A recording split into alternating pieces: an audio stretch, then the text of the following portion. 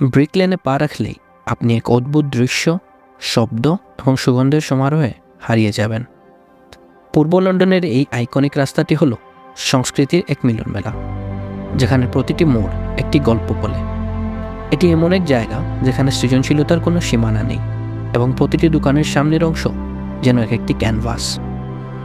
লোভনীয় সব খাবারের বিজ্ঞাপন দেয়া, হাতে আঁকা সাইনবোর্ডগুলো কেবল বিজ্ঞাপনই নয়, বরং সেগুলো নিজের গুণেরই এক একটি শিল্পকর্ম।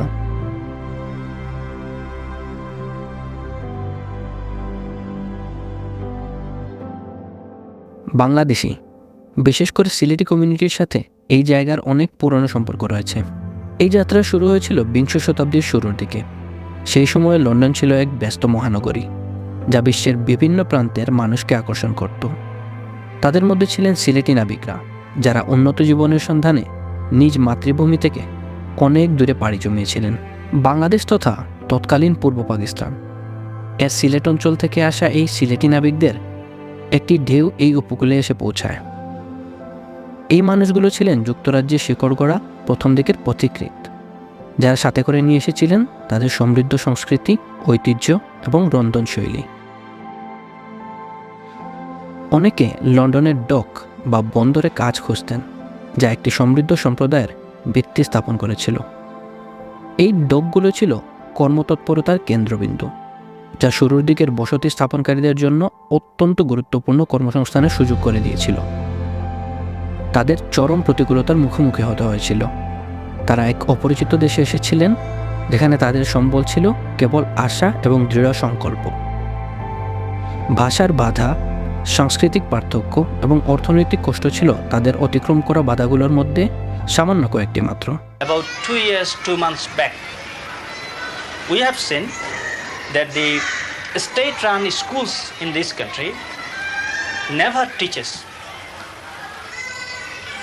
the language of our people, the religion of our people, the culture and tradition of our people, the history of তারা একটি নতুন দেশ এবং সংস্কৃতিতে নিজেদের মানিয়ে নিতে শিখেছিলেন। নিজস্ব ঐতিহ্য ধরে রেখে ব্রিটিশ জীবনযাত্রার সাথে খাপ খাইয়ে নেওয়া ছিল এক সূক্ষ্ম ভারসাম্য। তারা সমাজে একীভূত হওয়ার জন্য কঠোর পরিশ্রম করতেন, প্রায়শই পরিবারকে সহায়তার জন্য একাধিক কাজ করতেন। আমার জানা নাই যে সে কত করে বেচে অথবা কত করে আনে, কিন্তু আমার অনেক স্বাভাবিক, আমরা অনেক কম পয়সায় কাজ করি।